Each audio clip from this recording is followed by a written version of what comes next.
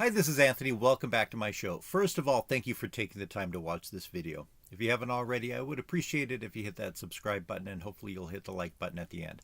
Second, I owe Andrew Gold an apology. In my past video, I stated that a lengthy message, which I had cut up into 4 parts, was partially deleted by someone on Andrew Gold's channel, presumably Andrew Gold, and that was a message that I also incorporated into my previous video.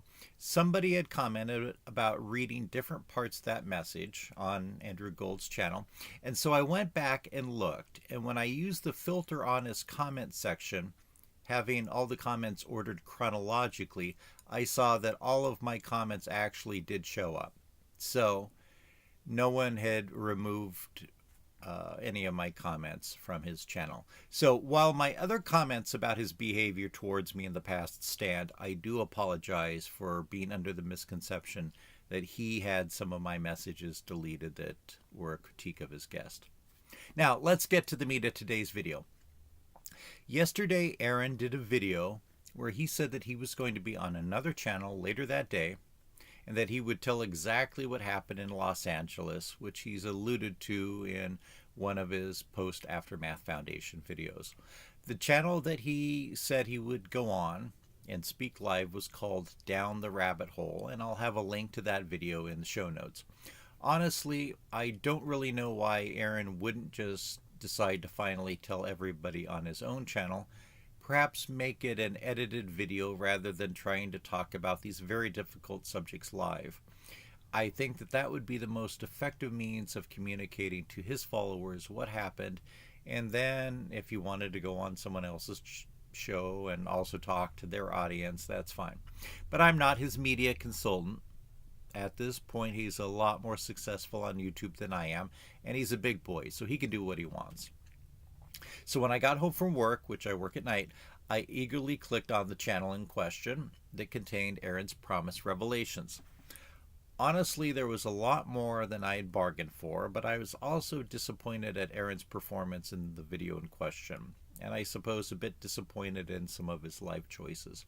What do I mean? Well, he told his audience that he was going to come on this program and tell all that happened, and then early on in the host alluded to these incidences, and he acts like he doesn't know what she's talking about. The whole reason he came on is to talk about the so-called incident in Los Angeles, because that seems like it really was the catalyst for the Aftermath Foundation removing him, not just the 2 incidents where the police were called to bars. So eventually he did get on track and tell about his personal life. And quite frankly, it was very sad to hear, but in the context of being in the Sea Org, which he and his wife were when they met, it's understandable. As he pointed out, he and his wife got married barely knowing each other, and part of the delay in them getting married was that he had to disconnect from his father. Otherwise, he said he and his wife would have gotten married after knowing each other for about 3 weeks. And he said when they got out of the Scientology or out of the Sea Org, they realized that they had nothing in common. And while they've stayed legally married for 20 years, that they've been separated for about 4 or 5 years. And since then, he's been basically living the life of a bachelor. That's pretty much a quote of how he phrased it. Now, I want to say something for a moment about marriage and divorce. My parents are thankfully still alive and seem to be happily married, and many of their friends are still married to their original spouses. Growing up, it seemed to me that divorce was a mark of personal failure, that one or both parties were just too lazy to work things out. After all, if 2 people love each other and get married, then why can't they just work out their problems and overcome them and be happy? And I thought that I would be the last person in the world to get divorced because I'm a loving and reasonable person.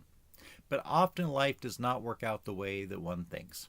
Sometimes you marry somebody when you love them or you think you love them, but you don't really know them very well. And despite many years of trying, sometimes things are just not working out. And quite frankly, I think that life is too short to be miserable in a situation if you don't need to be. And that's where I found myself, and eventually my wife and I had a very amicable divorce. Again, I'm not giving marriage advice to Aaron Smith-Levin, but secretly being, for all intents and purposes, separated from your wife, but still publicly indicating that you're married to protect her and your kids, might not have been the best strategy in light of his behavior, which a reasonable person might think eventually would result in public exposure. But again, the horses left the barn. So, Aaron finally explained that since he was living a bachelor lifestyle, that he would see other women and hooked up with one particular woman, which he identified as Juliana, on 3 different occasions when he was in Los Angeles. The last occasion, which he later on seemed to admit involved alcohol consumption and magic mushrooms, ended up in an absolute disaster. I'm not going to say what happened. You need to watch the video. But it was absolutely terrible and almost ended up with Aaron in the emergency room and or in jail through no fault of his own, in my opinion. It's clear that Juliana was at least on that occasion acting incredibly irrational. Was that the alcohol and mushrooms, or was it a diagnosed or undiagnosed mental illness? I don't know. Now that I think of it, Aaron may have said that she had been committed to a psychiatric facility after the fact and on a couple occasions before he met her. Anyway, at some point after that, she contacted members of the Aftermath Foundation, as well as, it sounds like, literally everyone in his social media contacts, and communicated her side of the events, possibly sending a short video of part of the incident in question. Aaron said that Mike and Mark already knew that he was living this bachelor's lifestyle, but that Claire did not. He said evidently Mike and Mark did not tell their spouses what they knew about Aaron and how he was living the type of life, which of course, those people who think that married couples were conspiring with each other to oust Aaron, it seems as though they were not freely communicating with their spouses as much as Aaron's fans might have thought.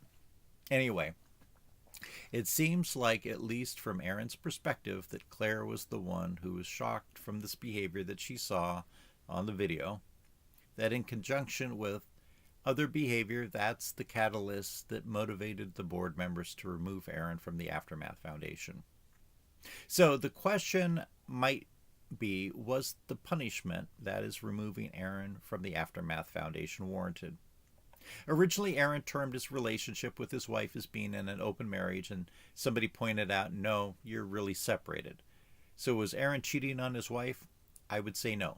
They seemed to have an understanding where they were staying together formally as a married couple for the sake of their kids and to save his wife embarrassment. But it sounds like they were living in 2 separate nearby houses and for the most part living separate lives from each other. So let's not cast any moral judgment over that. Obviously, we haven't heard the wife's side of the story, but I'm going to believe Aaron if he says that they agreed that they were going to basically be separated, yet not divorced. Did Aaron do anything wrong in Los Angeles? If he's a technically married man but living a bachelor lifestyle with the acquiescence of his separated wife, then I don't think that most people would have a problem with Aaron engaging in consensual relations with other people. So I wouldn't necessarily say that that was wrong. However, if you're going to be a high-profile YouTube star who is nominally married and whose separation is secret from the general public, although he says all of his friends knew that he was separated, but obviously not Claire, then one needs to be very cautious when hooking up with people that they hardly know. And he admitted that alcohol and I guess magic mushrooms were involved in the last incident. So in hindsight, a clear failure in judgment. And Aaron seemed to, on a number of occasions, express disbelief that when Mike and Mark had received communication from this woman, that they didn't reach out to Aaron and ask him if he was okay. Now, one might say to themselves, yeah, if Mike and Mark were such good friends, why didn't they reach out to their friend Aaron and ask him if he was okay? But thinking about it, if Aaron knew that all of his contacts had been contacted by this woman, and he said that people had reached out to him and asked him about it, then why didn't Aaron reach out to Mike and Mark and say, hey, I assume that you've gotten contacted by this crazy woman. Do you want to hear my side of the story? Why didn't Aaron reach out to them? Aaron then also talked about the 2 times when he was at bars where police were called, including the second time when he's the one that called the police. That one seems to be an unfortunate incident where you kind of had a perfect storm of things happen. Aaron admitted that he likes to drink and go out and have a good time, and he said while he goes out drinking, generally bad things don't happen. He admitted that when bad things happen, it's usually when he's been drinking. He also detailed some, I'll call it, non-pharmaceutical substance use, including 2 occasions of using an agricultural product from Colombia, which is not coffee, first trying it in Florida, and then second trying it on a boys' trip to Colombia. Now, I'm not going to pass judgment on Aaron here. I think that people need to be careful about what they put into their bodies for various reasons. But when you're dealing with certain reoccurring behaviors, such as getting drunk in bars or using some substances, the consequences of those where you end up in a Colombian prison or whatever, it can have negative effects on your run for the city council or the privacy of your secretly separated wife or the smooth functioning of the Aftermath Foundation. I think that I'll wrap up here. Again, watch the video and the link is in the show notes. And quite frankly, I've only watched about the first hour. It's over 2 hours long. I don't know if I'll even watch the second hour. There may be more bombshells there or maybe not. But as I've pointed out in my videos, and as a reminder, no matter what you think about Aaron or any of the other members of the Aftermath Foundation, a nonprofit is an entity in itself where the board members have certain responsibilities towards the organization, and that can include aspects about their personal or public behavior. In the case of the Aftermath Foundation, Aaron now admits that there was a morals clause in the bylaws that were originally adopted. But I would argue, don't worry about the morals aspect. I think that we have a situation where the other members made a difficult decision, not because they're reverting back to their old Scientology days, but because they were faced with a barrage of messages from a potentially mentally ill woman who had a video of her and Aaron fighting in basically what was a hotel room, in addition to other incidences in public where his behavior and judgment were not optimal. I think for many reasons, it was time for Aaron to move off of the Aftermath Foundation, and he seems to be ready to start his own foundation, and I wish him all the success in the world. I know that he will likely be a great fundraiser for it. And as I've pointed out in some of my other videos, I think that there should be term limits on members of the Aftermath Foundation. And also I think that it would be a good idea, at least from a public optics perspective, of there being a prohibition of married couples or people otherwise engaged in domestic partnerships from serving as board members concurrently on the Aftermath Foundation. This doesn't mean that they couldn't still volunteer and participate with the organization, just not as voting members. But as Aaron points out in the Down the Rabbit Hole video, no one had any problem with married couples being on the board. If Aaron didn't have a problem with married couples being on the board, then all of his supporters should probably stop using that as the excuse that these backstabbing snakes backstabbed Aaron. It's not because they were simply married to each other. Okay, I think as far as the so-called Civil War and the Aftermath Foundation, since it's winding down, this is probably going to be one of the last videos addressing that aspect of the situation, unless something else comes up. And just to reiterate, I like Aaron Smith-Levin a lot. I think he has done a lot of work to spread important information, to raise money for the Aftermath Foundation, and to help other people's platforms on YouTube take off when he does collaborations with them.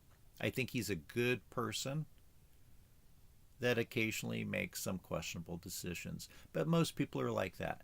But most people are not under the microscope of OSA and are not prominent Scientology critics on YouTube and in the media.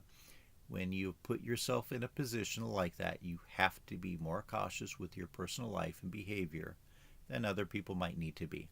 And just because Aaron may be the largest fundraiser to the Aftermath Foundation, or may be the most popular member of the board on YouTube, it doesn't mean that he's more important